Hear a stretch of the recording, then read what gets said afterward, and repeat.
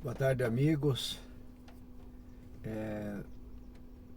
Continuando com as minhas histórias, Memórias de um Estradeiro. Hoje estou voltando do litoral, mais precisamente Itajaí, onde fui fazer um trabalho esta semana, numa das unidades da empresa, que é postos de combustível. Como trabalho nessa área várias décadas, tenho muitas histórias para contar. Ontem, quando estava jantando com o gerente da unidade, para depois pernoitar e sair hoje cedo com destino para casa, o assunto da noite, né, foi referente ao socorro que se faz na estrada e os veículos que se utiliza. Aí lembrei de uma passagem que não é tão antiga como outras histórias que eu já contei. Essa é de 2014. Fazia um ano que eu estava trabalhando nessa empresa que estou hoje, que já fazem 7 anos. E eu fui fazer um trabalho num posto em Palhoça. Combinamos, eu e o gerente administrativo, para cada um ficar uma semana lá.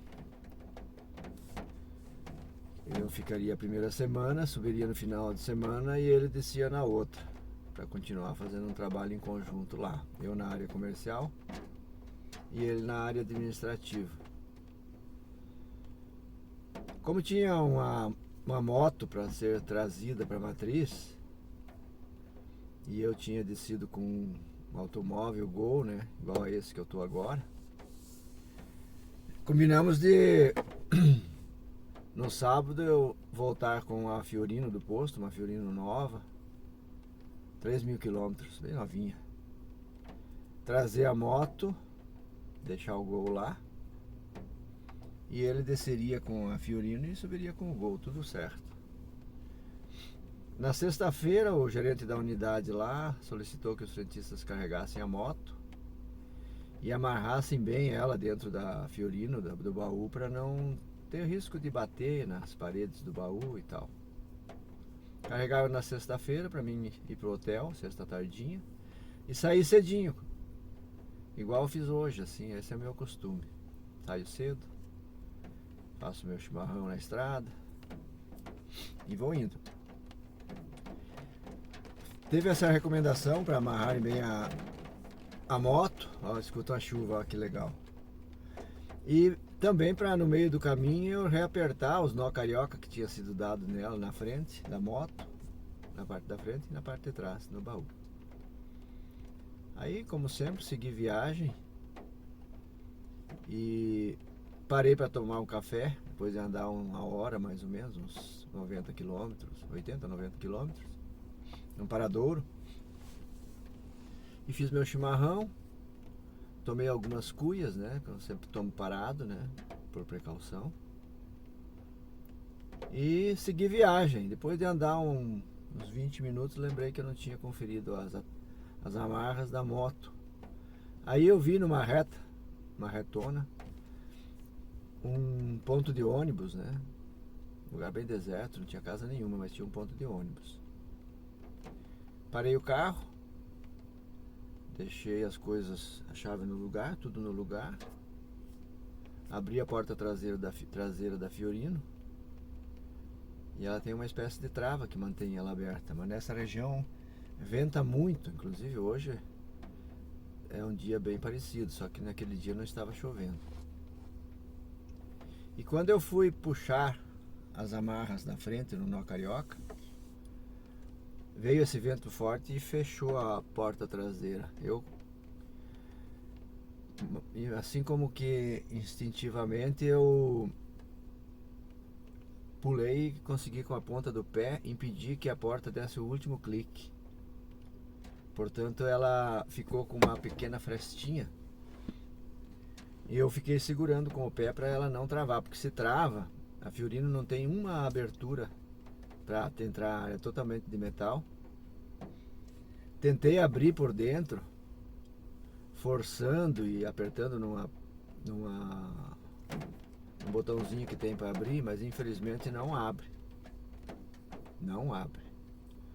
O que eu tinha nesse momento era uma réstia de luz, por onde também entrava o ar para me manter vivo, porque segundo o que eu já pude apurar depois, 3 horas, 4 horas dentro de um baú, de uma Fiorino, a pessoa vai a óbito. Aí eu fiquei pensando, talvez apareça alguém no ponto, mas como é um lugar ermo, demorou e não aparecia ninguém. Aí eu tinha na mala os bonés vermelhos, que a minha mala estava atrás, né? Que eu distribuo nas minhas visitas às transportadoras ou para algum motorista que eu encontro. Os bonés da empresa, os bonés vermelhos. Eu consegui, a muito custo, apertar a porta e abrir aquela fresta.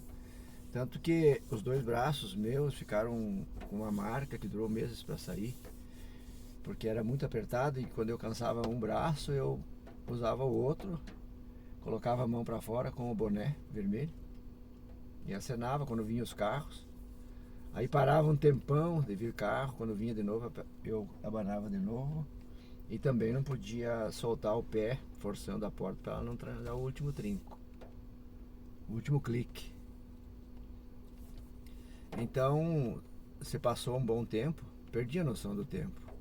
De repente eu ouvi um barulho, como que um carro encostando, e uma família retornou e voltou e encostou no mesmo local que eu estava, contramão de frente para o meu carro. E eu percebi, quando bateu a porta, que eles desceram. Aí eu gritei para abrirem, né, que eu estava ali, né. Daí o senhor de idade já falou, eu falei para vocês que nós tínhamos que voltar, que eu vi no Fantástico que quando eles assaltam alguém, colocam no porta-mala, um lugar assim, a pessoa quebra uma sinaleira para fazer sinal para as pessoas perceberem que ele está lá dentro, e isso me motivou a pedir para vocês voltarem. Graças a Deus, né? Quando ele abriu a porta, eu fui descer, eu caí sentado no meio-fio porque eu estava muito cansado, exausto.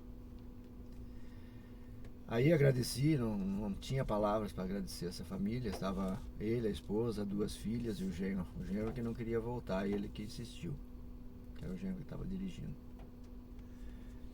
Aí eu segui, depois de me reanimar um pouco, descansar, eles seguiram viagem. Eles são de curitibanos. Eu segui viagem. Para ter uma ideia do tempo que eu levei lá dentro, eu andei mais uns 100 quilômetros e parei para almoçar. Então dá para ter uma ideia do tempo que eu fiquei lá dentro. Ao chegar em casa, quando eu desci na garagem, solicitei para minha filha Joana me ajudar a descer, levar minhas malas. Quando eu abri a porta traseira, por incrível que pareça, parece mentira, mas não é, ela disse assim: meu pai, isso parece um túmulo, uma pessoa pode morrer aí dentro. Eu me arrepiei.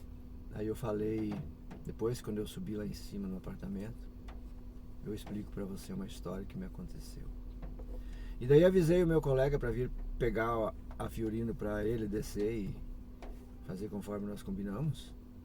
Mas como eu sabia que essa seria uma história difícil de contar e de acreditar, e inclusive motivos de chacota também, mas é muito sério. Quando ele chegou, eu falei: fulano, entra aí. Abri a porta traseira, falei: entra aí. Ele pensou: tu tá maluco? Falei: não, entra aí. Pedi que ele entrasse, quando ele entrou eu fechei a porta. De propósito, né? E gritei pra ele: saia! Várias vezes, é lógico que ele não conseguia sair. Aí eu abri a porta, ele sem entender nada, disse: o que tá acontecendo? Eu falei: eu fiz isso para te prender aí dentro, para depois te contar uma história que aconteceu comigo na estrada. E é essa história que eu tô contando aqui nesse vídeo. Tá bom? Mas Deus é bom, me protegeu, e eu estou aqui, muitos anos depois, continuando o mesmo trabalho. Mervinho da Silva. Valeu, um abraço a todos, até a próxima. Passem bem.